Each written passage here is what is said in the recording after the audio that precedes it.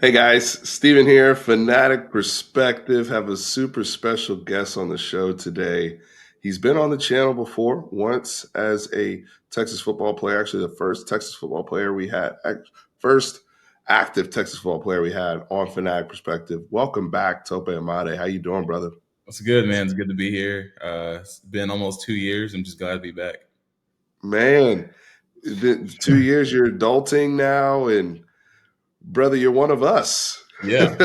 Uh, Honestly, it's probably the best part post football. Looking forward to Saturdays and just waking up and watching college game day.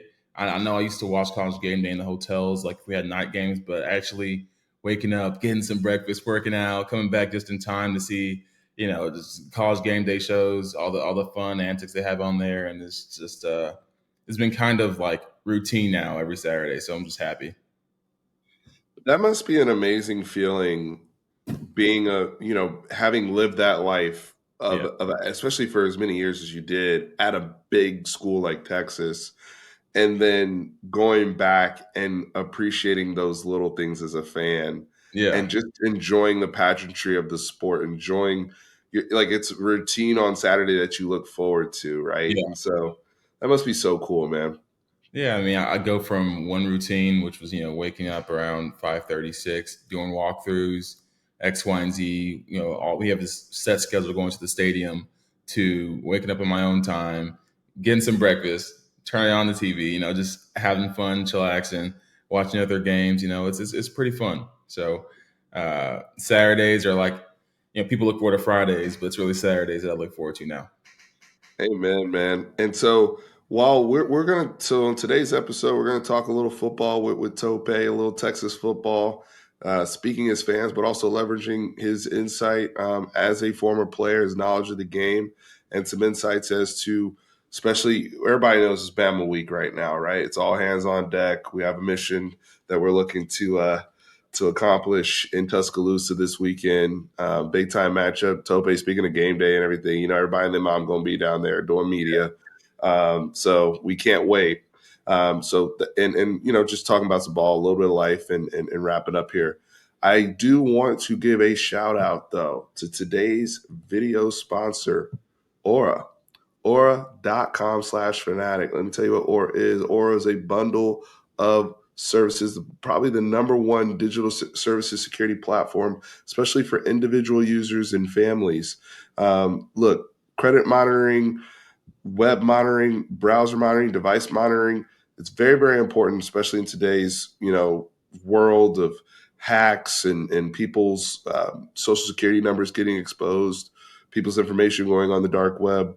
You want to have that insurance. You want to have not just the insurance, but the team behind you to be able to make sure you're taken care of, especially at an affordable rate. If you go and check out some of Aura's rates right now, not only is it the most competitive in the industry, but we're offering that 14-day free trial of all of those services, which includes up to $1 million insurance, which includes the white glove resolution team, 24/7 support.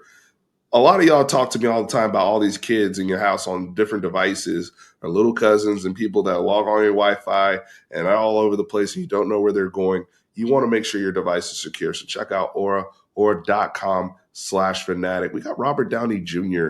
as our lead guy, and not just a spokesperson, but somebody who's actively invested in the company. He spoke at South by Southwest recently, and just really excited about where the company is going. And another company that I'm, Last Stand Hat family out here. Those of you who are going to be going to Tuscaloosa representing, you want to make sure you have your gear. You want to make sure you have your merch. Check out laststandhats.com/fanatic or use that Fanatic 10 promo code to get 10% off. We have Embrace the Hate hats coming.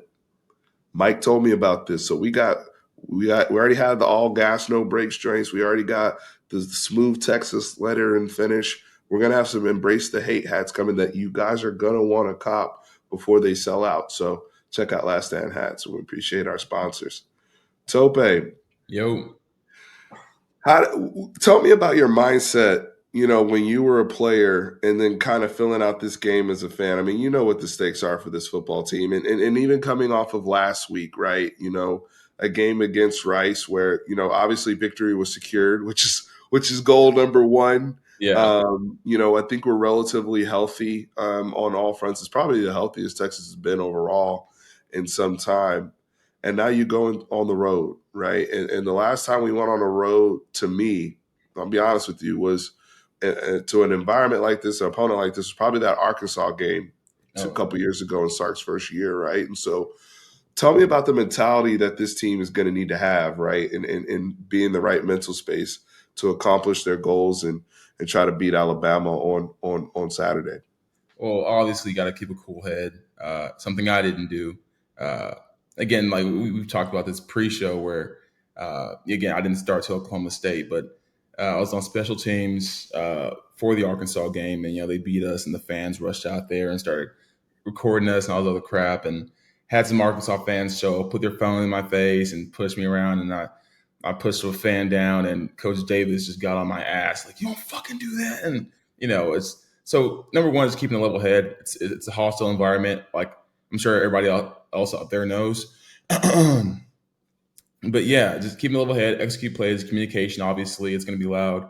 Um, my thing is, which I know Coach Flood is doing right now, is practicing in those loud environments, kind of simulating that in practice, where they pump the crowd noise, make it as loud as possible, make it as chaotic as possible. So getting used to that at practice and kind of carry it over into Saturday, that's kind of where Texas will find your strength. So In regards, especially specifically the offensive line, yeah, they had some moments where they were solid in terms of picking up some protections last week, and they had some challenges, right? And we had some new guys mix in things and growing pains there. But now the test comes this week, like you said, on the road.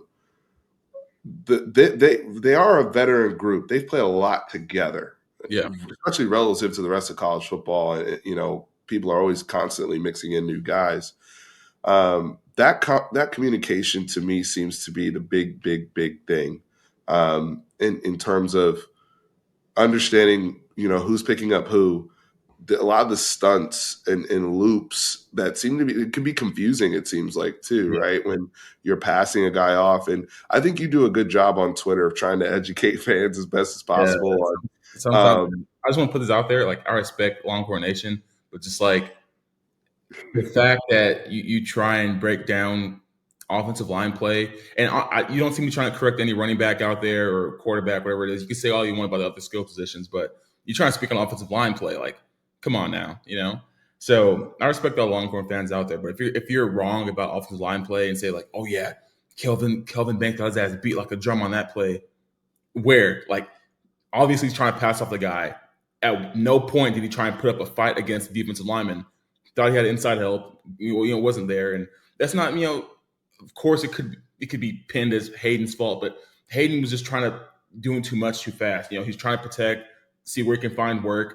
That's all it is. That's all offensive line is, trying to find work and protect as long as possible. He just left a little bit early, but yeah, and those are things that are very correctable, right? In yeah. terms of how you address them, even on the sidelines Simon sometimes. wasn't wrong again, just doing too much too fast, and there's nothing wrong with taking initiative. Just make sure your left side is clear, make sure that guy's secure, then go find work somewhere else. Like I, if I didn't play with them, I recruited them. So uh, played with Christian, obviously he's a 6 year senior. Played with Hayden, played with Jake, and then me and Denzel helped recruit DJ because DJ and Kelvin, me and DJ went to the same high school.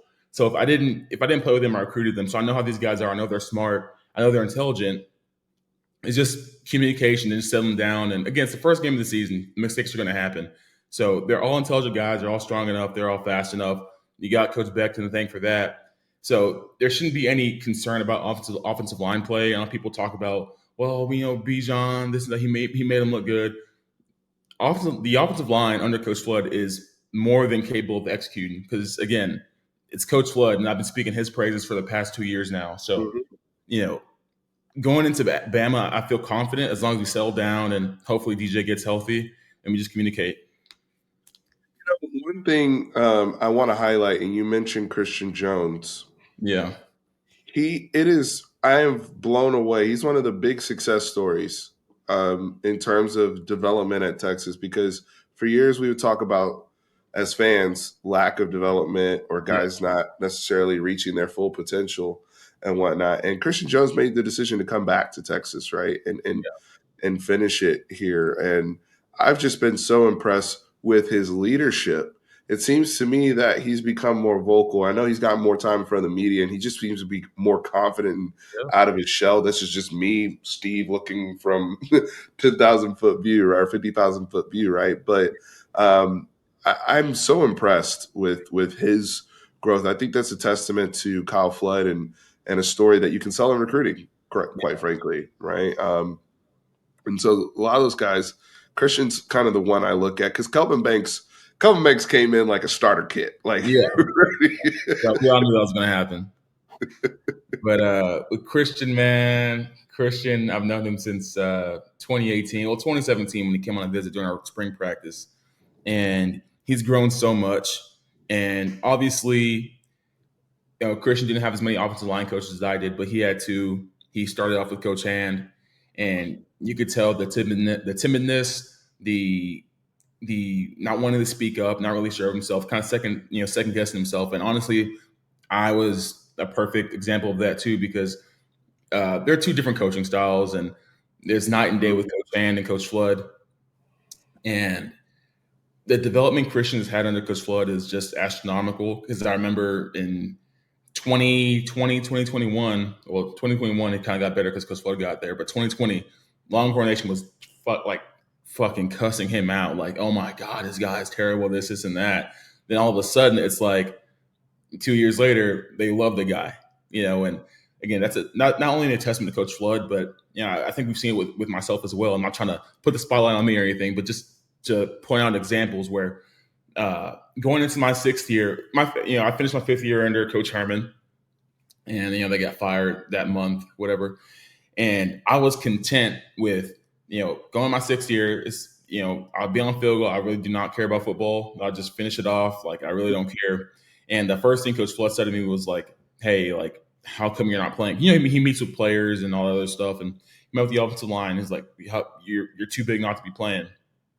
And ever since then, like talking to me, motivating me, reinvesting in me, making sure I understood the plays, this and that. And again, I was able to start.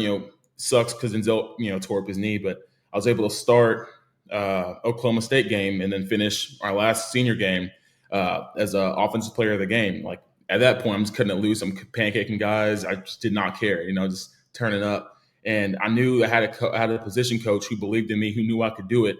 That when I went on the field, I just turned the fuck up. And that's kind of similar to Christian, and he's more vocal, and you can see it too. He's more confident, more sure of himself, making calls. Me and Denzel always give him shit because his favorite thing is, and he did it during the Rice game, is to whenever a defensive line is offside, he just like sticks a hand out. That's how he feels validation. Like, yeah, I did that shit. We don't get stats, but we enjoy doing that type of stuff. And I couldn't be any more proud of the guy. And just kind of to tie Christian back with DJ, because I know people have been saying a lot of shit about DJ, and people have been pretty critiquing his game. Yes, he played 7 games last year. He's not a true freshman anymore. But the thing with DJ is he's a five. Came in here as a 5-star guy, and imagine he doesn't have the same mentality I did going to my 6th year, where I did not care about football. The dude loves football, and he's obviously the best blocker in space that I've seen the past last season, and then this past game. Like there's buy-in there. There's want to, but it does take time for things to click. Offensive line is not only a physical game, but I feel like majority mental, and that's kind of what's holding me back with coach after coach, and then I finally got some stability with Coach Flood in that 9-10 month frame. But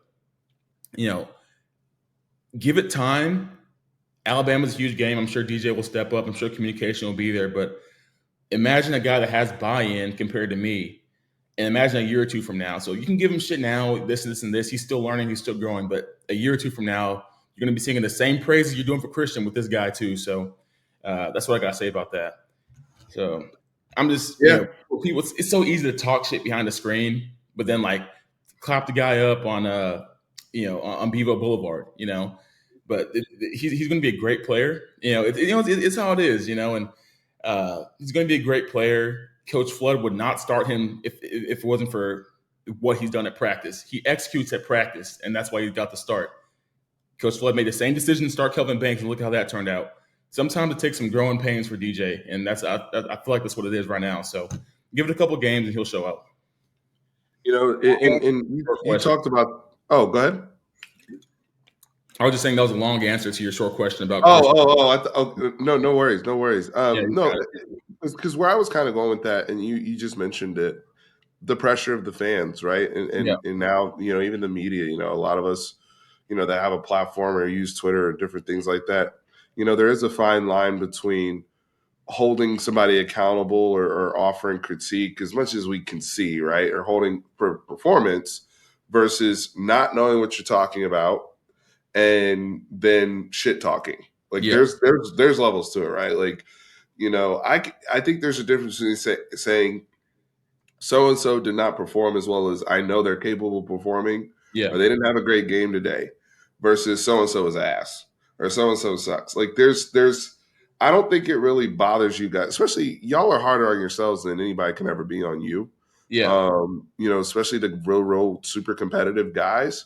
They're like, I know I didn't have my A game today. I know that, but you're not going to tell me I'm trash, right? yeah, Like I'm still here, and it's also being supportive of the player. It's a fine line yeah, where some of that comes in, and I'm also big on if I'm wrong in my critique, if I'm off base. For example, you brought up the play that happened at Rice with Kelvin Banks yeah, letting the guy go, releasing, and people thinking, oh, he gave up a sack. What's he doing? He's not playing well. Versus, hey, no, let me help you understand what he was doing. yeah. Right? There's football is Bless you. excuse me, football. We're constantly learning, us as fans, and it is a very very nuanced game, and it's not as simple as critiquing a running back. Yeah, and I feel like it's easier to see an offensive lineman's mistake than a running back's mistake because sometimes they hit the wrong gap or they bounce too early or whatever it may be, miss a blocking assignment. But it's it is what it is. Critiquing the game, I'm okay with like, the O line can get more of a vertical push. They can do more of this, do more of that. Like, cool. When you like saying like, oh, Kelvin Banks got his ass whooped. The past year, you were just riding this guy like he's just the greatest thing ever. Like, keep the same energy. He's a great player. He's a great guy. Obviously, he let a guy go, and he still has eyes outside looking for more work, thinking somebody else is coming. Like, if Kelvin got beat, we'd know it because he'd be putting up a fight not to give up the sack. And it's crazy how stuff works. And I know they can't say anything because me, like, I won't put up with the shit. Everybody else watches the offense. I keep my eyes on the offensive line and I see the rest of the play develop. Um, but yeah, I know the guys can't say anything because, again, they're part of the team. They can't really make the team look bad. But I'll defend my guys. I'll defend the guys that I know. So if I see somebody talking about Christian, I'll say something like, okay, hey, this is actually what was going on. Or if it was Kelvin, like I did on Saturday. Nope. I don't think anybody in the Longhorn fan base, Rice game included, has seen Kelvin get his ass beat, like beat. That's how you know something was up, something behind, some underlying issue was going on. Like Kelvin just doesn't get beat. I'm not trying to jinx it because I hope he does well against Right. Bama, but it's always an underlying issue. Like nobody, I feel like to play at the University of Texas, you don't suck. Mistakes happen, but like sucking and oh he's big for nothing, this and this. I feel like a valid critique is like there's not enough communication. Like not that like oh he doesn't know what he's doing up there. Like he knows the guy to block, maybe he didn't execute on the block, which happens from time to time. But like this just shit talk is like come on now. Like if you can do it better, like please, like why didn't you? So And coaches, and the thing too is coaches will make personnel changes if that is the case, right? If there is, it's still a highly competitive environment, and everybody wants to win. I mean, and we fans can be the biggest front runners in the world. We know it. I mean, How do you find? I just want to reiterate, like, I love Longhorn fan base, but like, there's like a limit to like critiquing is a okay, but like to shit talk, I mean, you know, it just doesn't make any sense to me. And Yeah. like you said, this is the same folks that would want to, like you said, a picture and a dap on Bevo Boulevard. That was very well said, sir. It's the same guy. Same guy with X, Y, Z letters, numbers that says so and so is ass, right? So I Yeah. mean, it is what it is. I will say this though, in terms of, is your anxiety better or worse watching as a fan versus on the sideline? It's a funny question because my anxiety was high because it was my first time starting. But uh, I would say, but I eventually got used to it. But I would say as a fan, it is, especially after Rice, because I was like, oh yeah, I'm gonna whip the fuck out of Rice. But now I was like, oh shit, what's going on? But yeah, I would say game from game to game, it's my anxiety is up there just because I want to win and I love to compete, even though I'm not playing. Like I still my competitiveness is through those guys. So like I want the offensive line to do good, so the offense can do good, so the whole team can do good as a whole. But yeah, it's definitely as a fan, I could be as loud as I want to in my apartment, yell as like what the fuck, like just whatever it may be. So um, the anxiety is there, like kickoff. But once we start getting into it and start rolling, I'm okay. Watch the game and any former teammates? I was posted with Denzel, but he was driving to Florida. P Hud, he's busy with work. JP, I don't know what JP's doing. Uh, I was We messaging can with get JP on here. JP and I work at the same company, really. so I got to get JP. I got to get JP on here. Maybe have a little lineman corner. Yeah, let's do Uh, it. Let's do it. I'm sure yeah, Patrick's available. Denzel's available. We can all the whole 2016 class. I get a just reunion. wrap it up. Yeah, we could post. I can send you the picture from our official visit, January 2016. It was I don't JP and P Hud weren't there, but it was me, Gene, Denzel, and Shaq with Coach Maddox. But yeah, we do like a whole reunion picture or something. That's great. No, I need to link up with JP ASAP though. Yeah, I'm sure it's Um, available. Man, I just really appreciate you coming on and sharing your perspective on things, right? Because you've like I said before, you're not, you engage, you help us out with understanding certain things and fronts and where certain, teaching the game of football, that people need to learn sometimes, through their own ignorance of what they're sharing on Yeah, social media. One of the last things I have for you, man, is just, yeah. would you ever see yourself coaching or anything like that, or doing clinics, or where do you see or are you just done with it and you're ready just to be a fan and live your life? I'm fucking done. I'm done with football. I'm done. I'm done. 6 years, man. All the wear and tear. I will say this. Whenever I do stop by the facility, and I have like an undying loyalty to Coach Flood, even though I've known him less than all my position coaches combined. Like I have an undying loyalty to him because of what he's done for me in terms of confidence, in terms of football and playing, and so whenever I do go there, he had me talk to a recruit. Again, I'm 2 years out the place, but again, I have my own success story with Coach Flood, and I wasn't invested in football as I should have been until he got here, and he kind of turned me around and turned me to the player I could have been. So imagine if I had Coach Flood a couple years ago, but yeah, every time I come by the facility, I'm either talking to recruits, any way I can help him to talk about development, talk about this X, Y, and Z. I'll do that for him. But other like coaching, GA stuff, oh no, I'm good. I saw the stuff Coach Ham put our GAs through. It's funny, and that's probably something I could tell you like off, when we meet up in Dallas or whatever. But it's no, I'm good. I'm good on that. But yeah, No, man. now is just working. I work at a wealth management firm. It's pretty awesome. I'm learning a lot of stuff I didn't learn in college: tax returns, credit, just bought a car, so doing monthly payments, all the other stuff. So it's interesting. Adulting is interesting. It was hard at first, but I'm getting used to it. I'm a year in now, so it's awesome. I love it, man. Well, hey, we're thankful just to have you on the show, and I want to be able to periodically tap in with you now that we're fellow fans, and especially as we get more product to kind of review. And we Yeah, see how the team is doing and commenting on guys. I love the way our defense looks this year, but Tope. Sweat. Oh man, Dude, T Sweat. I just told people in my live I just did. That's my guy. Is my potential defensive MVP for the Alabama game coming up. I think he's going to ball out, man. man, I hope Um, he's watching this because he's a fat ass. 300 and what 50, 60 pounds, man. That dude, oh my. And we'd always call each other fat all the time because we were both on the same nutrition plan trying to lose weight. But man, I love the guy, man. He's a defensive beast, a defensive fucking monster. He killed last game, so I can only imagine Alabama.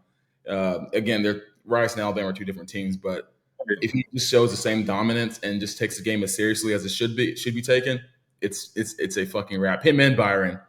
And I can't even speak enough about Byron either. Byron, oh god, Byron whipped my ass as a freshman in 2021, and I'm telling you, he had Puna Ford strength as a freshman, which is unheard of. So we already knew Byron was going to be that guy once he stepped on campus, and when he finally got his first TFL or something like that 2 years ago, we're just just happy for him and stuff like that. So it's that defensive front is going to be awesome. Baron Sorrell, I know he's going to pop off one of these games. Same with Burke. Is it Ethan? Ethan Burke, yeah, he Yeah, had a good first little game at the edge. yeah, Getting a sack. Yeah. yeah. So imagine, I think is he a true freshman? Red. He was true freshman last year out of Westlake. Yeah, 6'7", long arms. Yeah, so he's a red shirt Okay. now, but he's rocking and rolling now in year two Once or he sophomore, whatever. He's a second year player. Okay. Once he fills out in terms of like strength conditioning, like once he gets a little bit more bulkier, he's gonna be a fucking beast. So I'm looking forward to that. And Jalen Ford as usual, Bendy as usual, Anthony Hill, he's gonna show up one of these games. So Benda, some of the old heads, because I made a list of some of the old heads on the team, like Benda, Sweat, Bush, Whittington, like people that were on the team when y'all played LSU, which seems like it was 5, 19, 6 years. You know 29, what I mean? yeah. That's Christian almost was there. yeah, Christian was there. Yeah, that's his second year. Who else was there? Most of those guys transferred, like Byron Bonds and yeah. But yeah, I remember. 2019 was a hell of a year. I think Chris Adamore was on that team too, but he transferred out. Yeah. Yeah, it's But guys like Benda who are now like Benda's playing, right? I mean, we lost Blackwell for a few weeks for injury. So but it's Benda, right? Like, and this is a guy who I remember back then I had, I'm like, wow, there's a lot of potential there, but it's taken some time, right? And yeah. so seeing him around, I mean, do you have a little special place in your heart for the guys like that who've been on the team for a minute or I mean, it's crazy because 2019 was supposed to be my senior year until I redshirted, so I knew I was going to stay a fifth year, and then COVID. I mean, and then COVID happened, so I got another year. But they were freshmen when it was supposed to be my senior year, so the fact that they're upperclassmen now just makes me feel old as shit. But it's good to see them, see how they came in wide eyed, just eager to play their freshman year, and just kind of now where they're just balling out, T Sweat balling out. Like T Sweat came in at like 310, 320. I don't know where he probably ballooned during COVID and just kept that weight on and just kind of turned it into muscle. But to see him ball out, to see Ben the ball out, uh, Jay Witt was a freshman in 2019, but he played at running back, but he was injured after the Tulsa game. Tulsa or LA Tech, I forgot. oh But yeah, it was La Tech. Yeah. yeah. And yeah, Jay Witt, seeing how he is now, he's a leader, he's the captain, happy for him. And he just came in just talking shit. Like, yeah, I'm the shit, I'm gonna do this and this and this. And like he's gotten more quiet, more like, just assuming those leadership roles. And I'm just proud to see him. I'm happy that I'm just happy he's the captain now. And I think that's really it from the 2019 team from offense and defense that I can remember. Jet Bush was a walk on, but yeah, I think that's it. But yeah, Yeah, man. I'm happy for these guys. I mean, like you said. I mean, that was one reason that your story resonated with me. It's not too late, right? To yeah, still put your best foot forward and play your best ball, and get the most out of the opportunity, right? People have different paths. Whether it's they have had injury challenges, different coaches in your case, all sorts of things. But to see some of those guys that are a big part of our team right now, like you said, guys that are captains, guys that are, Yep. Christian Jones and Andre Sweat playing for the league, right? Yeah. And they're going to be draft picks. I'm so happy to see all that happen with those young men. Yeah. Final thing for you, man. Yeah. Final question for you, or this is kind of a two-parter. Let's hear it. Any sleepers on the team? One of somebody we should look out for in your opinion that you're like, man, for whatever reason, that's my dog, that's my guy, and he doesn't get enough praise, or people are sleeping on him. And last question is, ultimately, how do you think we fare against Alabama, and kind of how you think it plays out in order for Texas to secure victory? I would say, like, I'm trying to go through like each position, like trying to like speed run it. Jaden Blue, obviously, y'all saw that. Cam Williams is a fucking nasty dog. If you saw any of his state championship games, like Cam Williams is going to be that Oh way. yeah, Once oh once yeah. once Christian leaves, like it's going to be a shit show in a good way. Uh, yeah, he's going to be wreck. He's going to be wrecking shop, and he got last year to develop strength wise. He's not playing yet this year. Another year of strength and development. First year in the SEC, he's going to come in swinging. You think he can play left tackle? Because I've seen they've worked him a lot at left tackle as well. Yeah, Like he's I'm played crazy. both. First coach loves getting him comfortable with both sides because Mhm. once I don't know how long Kelvin probably has 1 year after this. Coming at 1 year. Yeah. Christian will be gone next year, so Cam will be at right, Kelvin will be at left. Uh, I'm not sure if Jake is going to leave this year or not, but and this is not any like insight. It's just me just fantasizing. Like, let me see how it works. But Cam, anybody else on offensive line, receivers? Not that I know of. Everybody else is kind of somewhat new now, so I don't really know Right. about their skill set or anything like that. Well, you answered the question. You said Cam Williams. That's your guy. Yeah, Cam. Yeah, but I was trying to think of defense now. Like, okay, who's on defense? But you already know about Byron. Yeah, majority of everybody now is like new, or I don't really know them too well. And if I did, I recruited them, but like I don't know. But yeah, that's kind of just Cam. I'll go with Cam Williams for now. I'll go with Cam. And then what's the second question? Second question was about how we're going to fare against Bama this week, Oh yeah, or keys to I think victory, however you want to phrase it, brother. I'm gonna say this. Coach Sark can get creative. Like I'm telling you, that man is creative. And what I saw last week, like you talk about people like, oh yeah, it was vanilla, it was this, and this. That was non-fat Greek yogurt. What you saw at Rice, non-fat Greek yogurt. That wasn't vanilla. That was non-fat Greek. That shit was the most basic shit. Just wait till Bama. I know Coach Sark. I know there's some things you want to hold back, and all the deservedly so. Like you want to put your best foot forward against Bama with your best plays, best players. But yeah, it's gonna be a fun watch, and I think we pull it off. Maybe a touchdown or two. I would say we win 27-17. I would say Nice, 27-17. nice, Yeah. nice. Fuck Yeah, the crowd, fuck the environment. Ballers ball, and I know we've been balling in the past. And I'm talking about off season too. So I've seen the guys, talk to them. So ballers ball, and I give us a 10-point favorite against Alabama. I love it, Tope. I Yeah, love it. Believing your guys. We're going to root them on. You and I are going to link soon, definitely, of in person, as well as on the show. But you gave me more than enough, man. I appreciate you, and course. I'm glad you're doing well. I'm glad you're enjoying your adult life. I'm glad you're able to wake up on Saturday mornings like the rest of us. Yeah, Uh, every Saturday is Christmas now. Every Saturday is Christmas. amen. Yeah, Amen. that's Hey, we'll I'll put your socials on here so folks can follow you. yeah. And anything else you want to plug or push, let me know. Yeah. Uh, One, I'll probably just watch all offensive line play. Everybody else on offense, y'all can handle that. But if you need clarification on offensive line play, just hit me up on Twitter or whatever it may be. Yeah, everybody have fun the rest of the week, and look forward to cheering on with you guys come Saturday.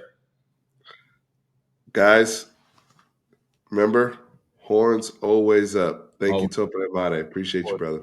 you got it. Welcome.